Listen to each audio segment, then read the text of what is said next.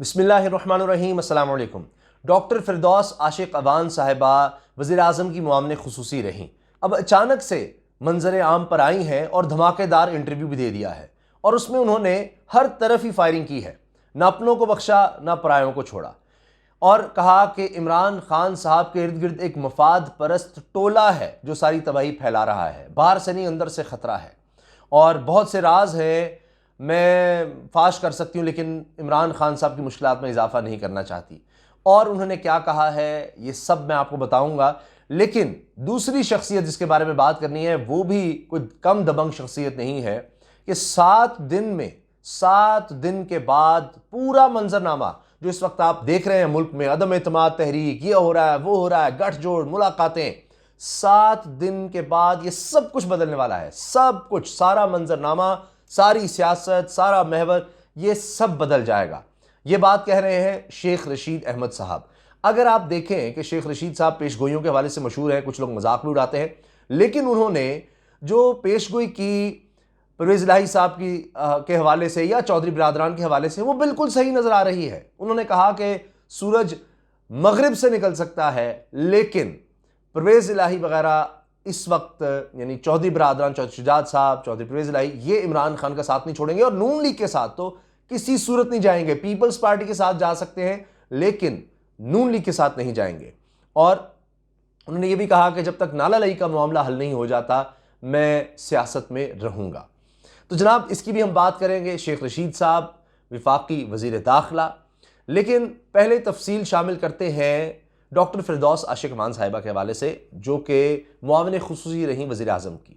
अब अगर आप देखें डॉक्टर साहिबा ने बहुत सी बातें कर दी हैं, धमकियां भी लगा दी, फिर यह भी कह दिया कि अपोजिशन का ये सारा मामला जो देख रहे हैं अदम एतमाद का, ये सिर्फ अटेंशन के लिए है, अटेंशन मचा रहे हैं और कुछ भी नहीं है। फिर तहरीक इंसाफ को बाहर से नहीं अंदर से खतरा है, मफाद परस्त टोला है, मैंने बड़ी कोशिश की मुश्किल हालात में भी बेहतर काम कर सकूं लेकिन शायद पार्टी को या इमरान खान साहब को मुझसे कोई बेहतर लोग चाहिए थे, इस तरह की उन्होंने बात की है।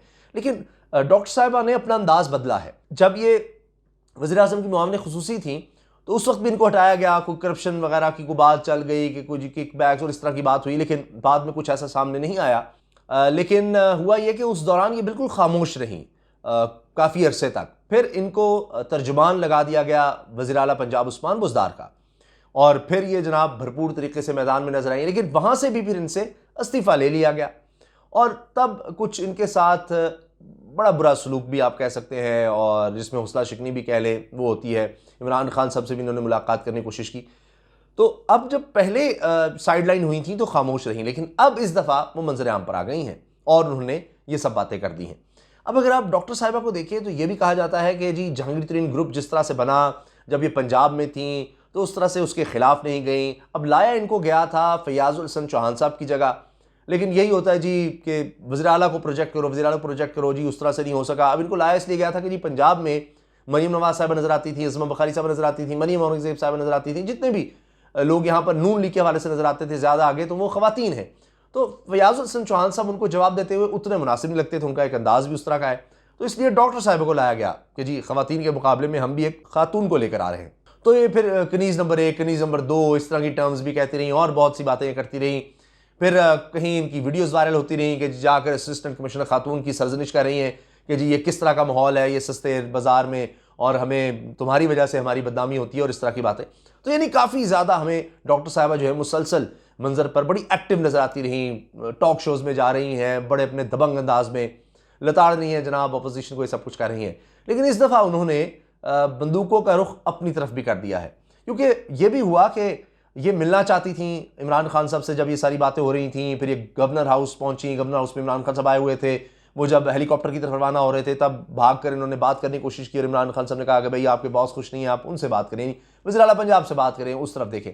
जबकि उनको पता था सब कुछ तो यहाँ से हो रहा है, इमरान खान साहब करते हैं, तो वहाँ भी कोई बात नहीं बनी। हत्ता कि चौधरी परवेज़ इलाही साहब स्पीकर पंजाब असम्बली ने इनको असम्बली तक में नहीं आने दिया और फिर ये कहती थी कि बाहर खड़ी हो गई और वो भी बड़ी वीडियो वायरल हुई, अंदर जाना चाहती थी कि उस वक्त एक MPA साहब हलफ ले रहे थे जिनको इन्होंने सपोर्ट किया और बकौल इनके कि उनको तहरीक इंसाफ में शामिल करवाया काफ लीग से। वो काफ लीग में थे और वो फिर ज़िमनी इलेक्शन जीते भी, MPA बन गए और नून लीग को बड़ा सेटबैक हुआ क्योंकि वहाँ सोचा जा रहा था जी वो भी ज़िमनी इलेक्शन नून लीग जीत जाएगी। तो वो डॉक्टर साहब का कंट्रीब्यूशन भी था, लेकिन उस पर नाराज़ भी हुई कि जी देखें मैंने तो तहरीक इंसाफ के लिए काम किया।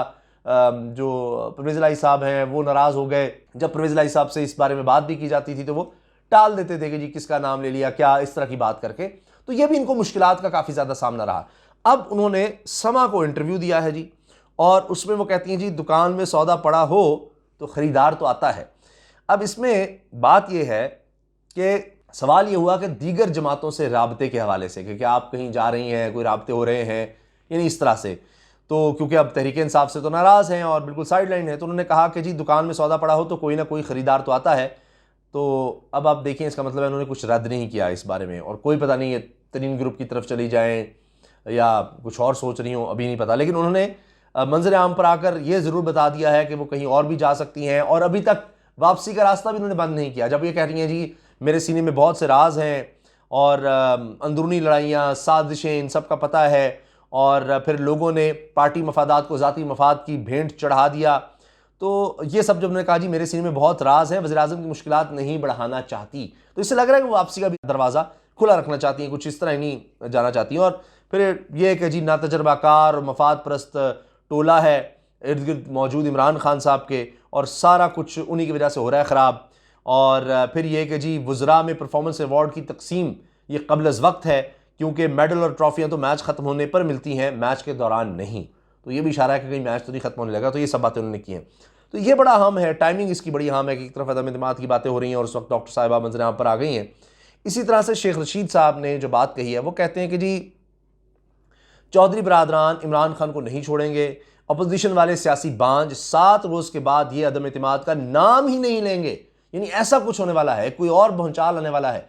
कहीं हम सुन रहे हैं 18 फरवरी को फर्द जुर्म आयद होनी है शहबाज शरीफ साहब पर, और कौमी असम्बली में उनके हवाले से करारदाद आएगी कि जी उनकी सारी कवरेज जो कुछ अदालत में हो रहा है बराह रास्त दिखाया जाए। 4 अरब तो उनके आ जाते हैं चपड़ासी के अकाउंट में, ये सब क्या किस्सा है, ये सब कुछ।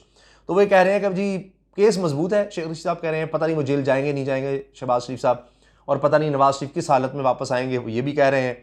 अच्छा, इस्टेब्लिशमेंट के हवाले से उन्होंने कहा है कि जी वहाँ इस्टेब्लिशमेंट की पॉलिसियाँ या इदारे मुल्की मफाद की पॉलिसियों पर होते हैं, ना कि लोगों के मफाद को देखते हैं, वो किसी इनफरादी मफाद को नहीं देखते। और इस्टेब्लिशमेंट के हवाले से उन्होंने कहा कि जी वहाँ पर तो इनका नाम तक नहीं है, यानी शरीफ ख़ानदान का ख़त्म होगी कहानी। और फिर वो कहते हैं जी कि अदम एतमाद की तारीख लाना है तो तारीख़ देते, तारीख़ दे नहीं रहे। 7 रोज़ के बाद ये अदम एतमाद का नाम ही नहीं लेंगे। तो अब देखते हैं कि शेख रशीद साहब की ये बातें इस्टेब्लिशमेंट के हवाले से, 7 दिन के हवाले से कितनी दुरुस्त साबित होती हैं। लग रहा है कुछ बड़ा होने वाला है। इजाज़त दीजिए, अल्लाह हाफ़िज़।